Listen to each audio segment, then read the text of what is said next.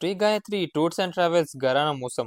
యాత్రికుల సొమ్ము 15 కోట్లు మింగిన వైనం. బాధితులు చెబుతున్న మాటలే సాక్ష్యం. కొంతకాలం అర్చకుడిగా భరత్ కుమార్ అవతారం, భక్తులకు నమ్మకంగా కొంతకాలం వ్యవహారం, తరువాత కొంతకాలానికి మొదలుపెట్టిన టూర్స్ అండ్ ట్రావెల్స్ వ్యాపారం, దశాబ్దన్నర కాలంగా సాగుతున్న యాత్రల ప్రయాణం, కరోనా కాలంలో కూడా భక్తులను నమ్మించి సాగించిన వసూళ్ల పర్వం. భరత్ కుమార్ మోసాన్ని పసిగట్టి నిలదీస్తున్న భక్తజనం, జరిగిన మోసాన్ని కప్పిపుచ్చేందుకు భరత్ కుమార్ మొదలుపెట్టిన కపట నాటకం, ఏ తప్పు చేయలేదని బకాయించే ప్రయత్నం, జరిగిన మోసాన్ని ఇతరుల మీద నెట్టేసే ప్రయత్నం, నమ్మి మోసపోయామంటున్న జనం.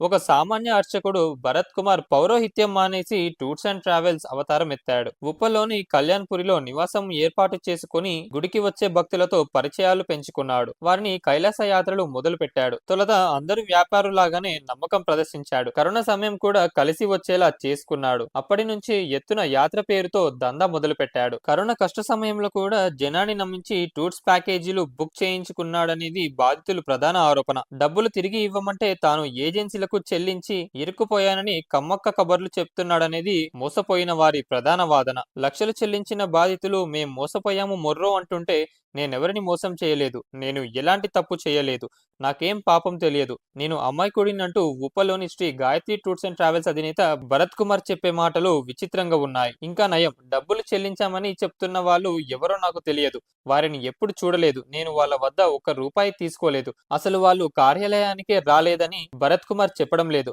అంటే బాధితులు డబ్బు చెల్లించిన మాట వాస్తవం, అవి భరత్ కుమార్ తిరిగి ఇవ్వలేదన్నది నిజం. అలాంటప్పుడు బాధితులు చెప్పేవి అబద్ధాలు ఎలా అవుతాయి? భరత్ కుమార్ మాటలు నిజమెలా అవుతాయి? ఏ వ్యాపారస్తుడైనా ముందు పెట్టుబడి పెట్టి దుకాణం తెరుస్తారు. టూర్స్ అండ్ ట్రావెల్స్ లాంటి వ్యాపారంలో యాత్రికులే పెట్టుబడిదారులు. పలానా రోజు పలానా యాత్రలను ప్రజలకు ఎలాంటి కష్టం లేకుండా, నష్టం లేకుండా, కాళ్ళు కింద పెట్టకుండా, కాళ్ళు కదిపిపోకుండా అన్ని యాత్రలు తిప్పి చూపిస్తాము. ఇంటి దగ్గర నుండి బయలుదేరే ముందు నుంచి తిరిగి ఇంటికి వచ్చే వరకు అన్ని బాధ్యతలు మావే అంటారు. జనాన్ని ఆకర్షిస్తారు, వారి నుంచి డబ్బులు వసూలు చేస్తారు, అప్పుడు తీపిగా వసూలు మొదలు పెడతారు. ఇంతవరకు బాగానే ఉంటుంది. జనానికి ఇక్కడ నుంచి చూపిస్తారు చుక్కలు. మనం కార్యాలయానికి వెళ్ళినప్పుడు మీ బుకింగే ఆఖరు ఉన్నవి, సీట్లు 2 ఉన్నవి అంటారు. మంచి సమయంలో వచ్చారని అంటారు. ఒక్కరోజు లేట్ అయినా ఈ ఏడాది టూర్లు మిస్ అయ్యేవారని అంటారు. తీరా డబ్బులు చెల్లించిన తర్వాత ఇంకా పూర్తి కాలేదు, ఇంకా సీట్లు నిండలేవు, మా ప్యాకేజీకి అవసరమైన వాళ్ళు రాలేదు, ఇలా టూర్స్ అండ్ ట్రావెల్స్ కష్టాలు ఉంటాయి. అయినా సరే జీవితంలో ఒక్కసారైనా మానస సరోవరం కైలాస యాత్ర చేయాలని ఎంతో మంది అనుకుంటారు. మధ్య తరగతి ప్రజలు జీవితకాలం కొంత దాచుకొని ఆఖరుకు ట్రావెల్స్ వాళ్ళ చేతిలో పెట్టేస్తారు. అసలు కైలాసం కొన్ని ట్రావెల్స్ కంపెనీలు ఇక్కడే చూపిస్తారు. సరిగ్గా అలాంటిదే Shri Gayatri tours and travels అని బాధితులు అంటున్నారు. తమను భరత్ కుమార్ నిండా ముంచాడని అంటున్నారు. కానీ భరత్ కుమార్ తనెవరిని మోసం చేయలేదని బకాయిస్తున్నాడు. భరత్ కుమార్ మోసం చేయకుండానే బాధితులు రోడ్డెక్కారా? పోలీస్ స్టేషన్ లో ఫిర్యాదు చేశారా?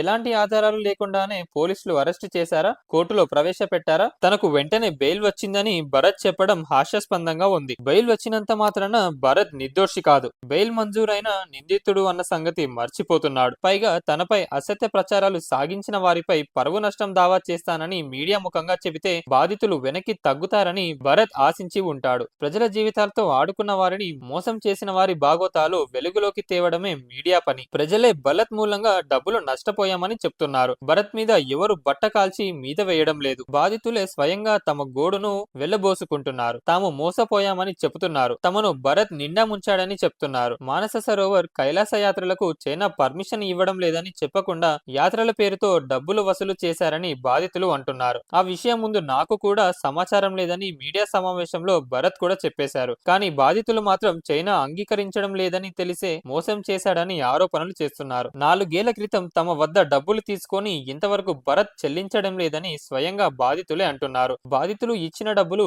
నేపాల్లో అకామిడేషన్ ఏర్పాటు చేసే సంస్థలకు చెల్లించడం జరిగింది. వాళ్ళు తిరిగి ఇవ్వకపోవడం వలనే బాధితులకు డబ్బులు ఇవ్వలేకపోతున్నామని చెప్పి భరత్ అడ్డంగా దొరికిపోయాడు. ఎందుకంటే నేపాల్ కి ఏజెన్సీలకు భరత్ చెల్లించే డబ్బులకు బాధితులకు సంబంధం లేదు. కైలాస యాత్ర కోసం ఇంత ఖర్చు అవుతుంది అని మాత్రమే భరత్ చెప్పాడు. నేపాల్లో ఏదైనా సమస్య ఎదురైతే నాకు సంబంధం లేదని చెప్పగలడా? అలా చెప్పి టూర్స్ అండ్ ట్రావెల్స్ ను నడపగలడా? తనను ఎక్కడ ఉన్న నేపాల్ ఏజెన్సీలు మోసం చేశాయని బాధితులు డబ్బులు తిరిగి చెల్లించకపోవడానికి ఎవరు సమర్థించరు. అయినా 18 సంవత్సరాలుగా ఎంతో నమ్మకంగా వ్యాపారం చేస్తే నేపాల్ ఏజెన్సీలు ఎలా మోసం చేస్తాయి? వ్యాపార లావాదేవీలు ఏజెన్సీలు వదులుకుంటాయా? తాను కోవిడ్ సమయంలో ఆసుపత్రిలో ఉన్నప్పుడు తనకు చెందిన వ్యక్తి మోసం చేసిన వలన ఇదంతా జరిగిందని భరత్ స్వయంగా అంగీకరించారు. అతను ఎవరో మోసం చేస్తే బాధితులకు ఏం సంబంధం, నా ఎదుగుదలను చూసి ఓర్వలేకపోతున్నారని భరత్ చెప్పే విషయాలు చాలా సిల్లీగా ఉన్నాయి. వ్యాపారంలో అనేక సవాళ్లు, ప్రతి సవాళ్లు ఉంటాయి. వాటిని ఎదుర్కొంటూ ఛేదించుకుంటూ ముందుకు సాగాల్సిందే. అయినా భరత్ ఎలాంటి ఎత్తులు, పై ఎత్తులు చేయకుండానే ఇంతకాలం వ్యాపారం చేశాడా?